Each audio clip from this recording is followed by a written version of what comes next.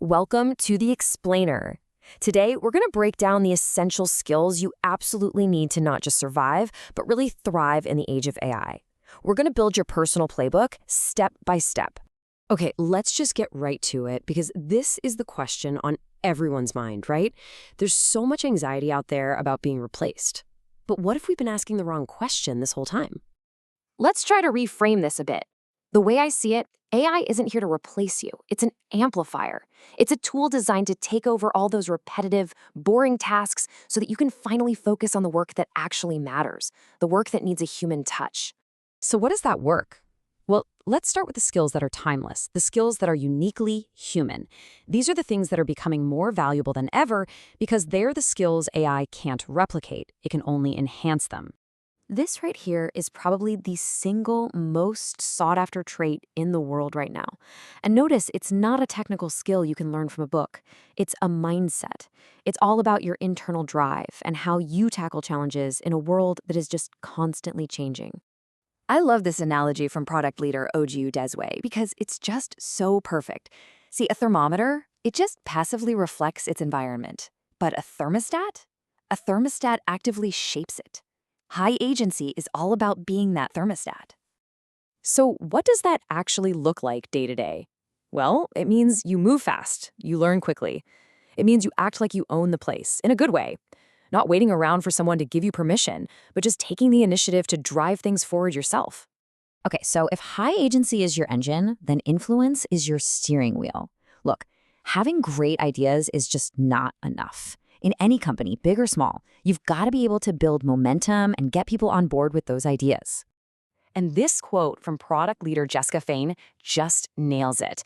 It's not about winning for the sake of winning, you know? It's about making sure that the best ideas, the really good ones, actually see the light of day. You know, a lot of people hear the word influence and they immediately think of office politics, which just feels icky and self-serving. But that's not what we're talking about. The real difference is your intent. Influence is about empathy, it's about discovery, it's treating every conversation as a chance to learn and make your ideas even stronger, not just a chance to push your own agenda.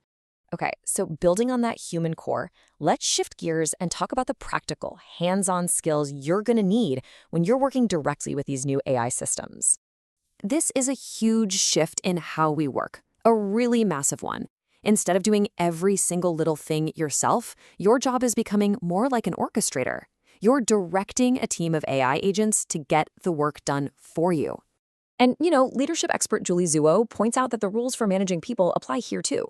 So let's make this real. Imagine you're creating a marketing campaign. You don't just tell an AI, write some emails. No, you define the goal. Generate 3 email variations to convert our trial users. You give it context. Here's our brand guide. Here are some past campaigns that worked.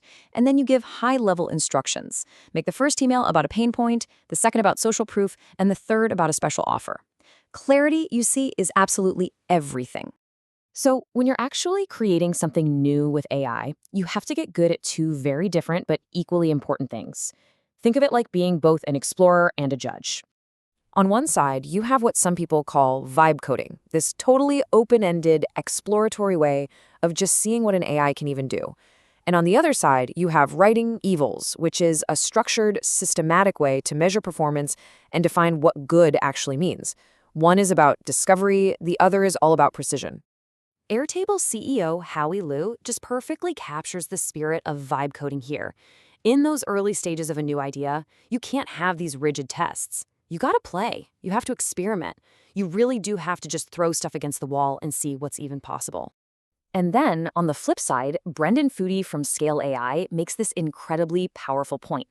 The eval, that framework for how you're judging the output, that's what tells the model what success even is. It's literally the blueprint for what you're trying to build. So, we've covered the human core skills and the hands-on AI skills, but beyond all that, there's a higher-level strategic advantage that is still uniquely human, and this is where you can truly set yourself apart. This is the big one. It's that elusive, almost magical quality of human judgment and vision. It's a deep understanding of what people actually want and need.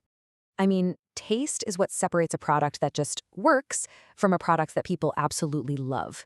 It's the ability to look past the data and make a call on what feels right, what's beautiful, and what will genuinely connect with another human being. Mark Andreessen draws such a fantastic line here. An AI can spit out 1,000 technically perfect icons in a second.